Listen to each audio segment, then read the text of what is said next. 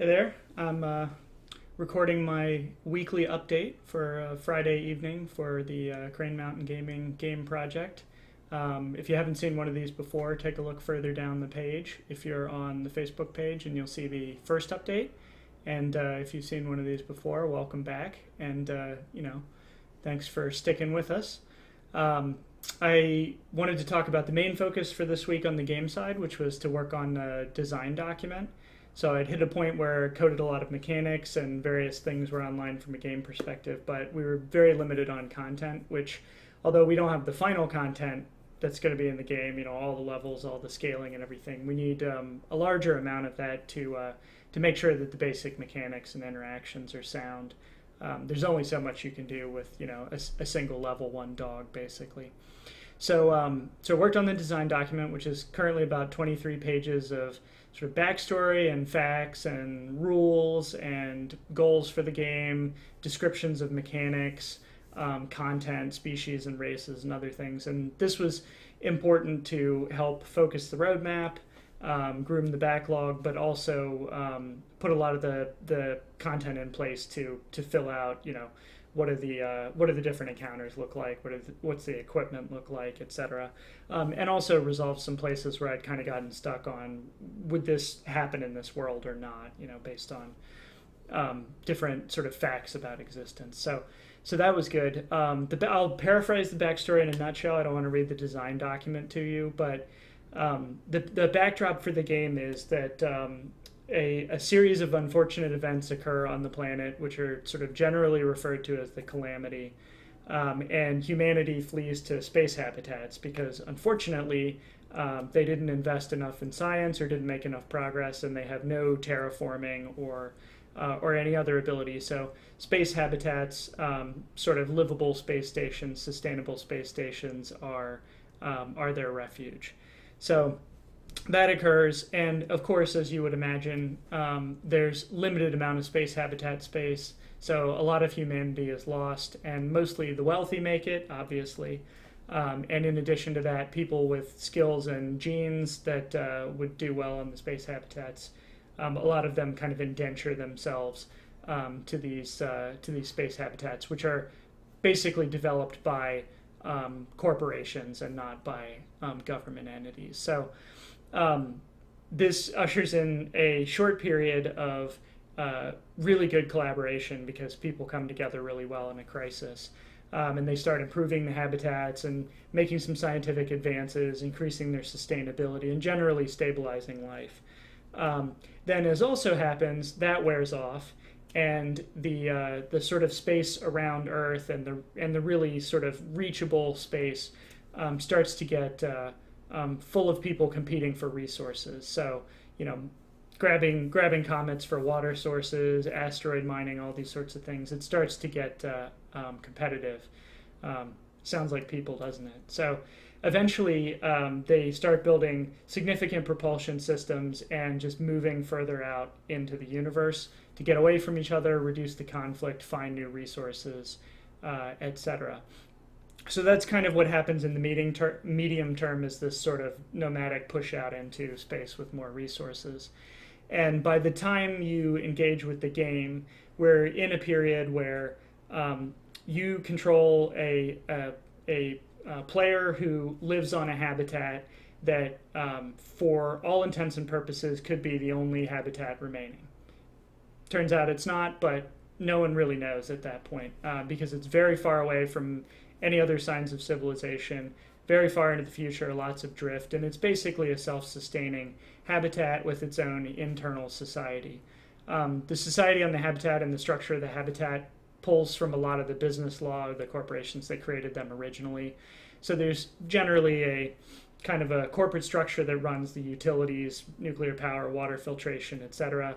And then there are different sections of people because, they can't all unify. Different sections in the habitat with different structures and services they provide to their residents and so on. And they all generally pay utilities out to the corporation. So you live on one of these habitats and you live within a section and you're sort of taken care of and provided services by that corporation that gets their core services from the corporation that runs the habitat. And your character has just ended a career as a resource contractor. So they have a small ship. They go out, basically grab comets, strip them for water and other minerals, or do asteroid mining, basically resource extraction in near space around the habitat. Bring those things back to the habitat to bring water back into the system, or get materials for construction, other things like this. And part of the phenomenon of this game is, as they moved out into space, people started to discover what are effectively relics left over from what, for a variety of reasons that are too detailed to go into, appear to be either post-humans or antecedent humans, or at least humanoids that are similar to us in some way, created, and they appear to have great technical sophistication and so on. So your character mines this asteroid and finds in it a device, a relic from this group, which people refer to as the Prior. And you determine that the relic is this thing that people have sort of heard of and known about. It's actually a portal device. It's capable of creating portals. And I won't go into all of the details about the portals. That'll be for a future update. But the gist of the portals are they can be used to go to other locations, but you don't have a great degree of control over the locations you're going to, and not a lot of knowledge about what's there when you get there. That's presumably something that the Prior knew, but we just don't. So the player that you control, and basically where the game begins, is you sell your ship and you use that funding to buy space on the habitat to set up a business where you use the portal to basically send people for you either do trading, or you send different adventurers that you hire through the portals. We'll get into the mechanics of those later.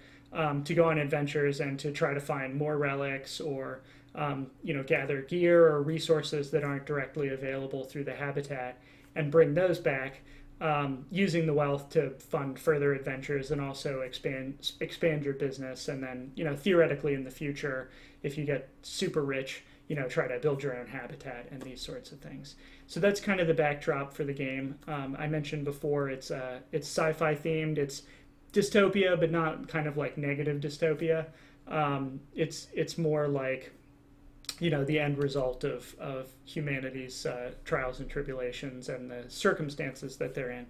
And it's kind of a combination of a sim and an RPG game, in that you're managing the business and the operations from a sim perspective, but a lot of the things that are occurring that you're managing have RPG elements and styles to them. So there's a little bit about the backstory of the game. If you're particularly interested in any aspect of life on the habitat, or details about the portal or whatever, I'll spend a bit of time in a future video going into some area. So leave a comment and I'll talk about them. The design document in some areas gets quite detailed. If you have a question I can't answer, I'll figure it out. I'll add it to the design document, and you'll have contributed to the game. So a little bit of an update. A lot of time went into the design document, but in terms of work on the game itself, so we have different types of encounters now: loot, trap, and challenge encounters, which are more detailed. I may have covered that last week. Added an XP table, so we have scaling now for your adventurers to level up over time. They can now level up. They get points which they can invest to increase their stats, and the increased stats, improve their characters in different ways depending on the stats. So we basically have our sort of leveling progression planned out, and the mechanics and the benefits of leveling planned out at a basic level. We added damage types to the game, as well as resistances. So different gear that the character wears either do different types of damage or prevent different types of damage, and monsters also have varying damage and resistances as well. So a lot of the strategy with adventurers is taking people with the right types of resistances and the right gear, and hopefully sending them through portals to adventure in places where those stats are advantageous, and trying to figure out how that works and make the right calls so your adventurers are more successful. bunch of refactoring and internal improvements not worth mentioning here, but trying to do work along the way from a technical perspective to keep the game from turning into a pile of spaghetti at the end. And then we added the antagonist and enemy races.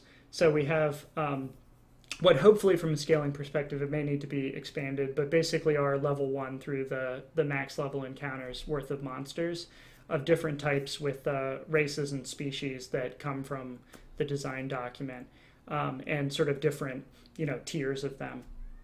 And then based on that, I've went ahead and coded the monster type encounters using some of those races up to tier 5 of what is currently 15 or 16 tiers. In addition to that, I'm currently working on and partway through creating weapons, armor, and other encounter types up through that level 5. So the strategy at this point is to focus on the scaling through level 5, micro-tune that, get that right, and then use that to scale the rest of the content all the way up to the max level for your adventurers. So that's kind of the work on the game. Some of that stuff, the design document really had to be done to make it happen, and some of it's moving a little faster now that I have bearings there. And then last bit, a little bit of a business update. So we got the business checking account open. I put an initial funding in there, which is the first big outflow of cash from my personal account to the business. And we made our first payment. So a lot of you probably saw the logo, which depending on where you're seeing this is somewhere on the page. Awesome logo done by John Ruger of Soup Designs. I think I linked to that as well. Really happy with it.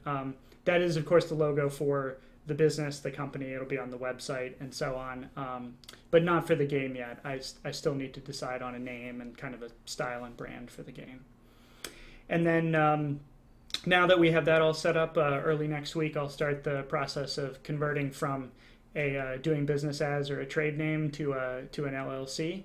And then we're going to go full gear into balancing our time between continuing to build out the game and what's kind of the big thing that's not worrying me, but I'm putting a lot of focus on right now is finding right artists to participate and create art content for the game. So again, if you're watching this and you know someone who does either sketch work for concept art or has done 2D graphics, sprites, especially if they have a background in sci-fi or fantasy, would probably work as well.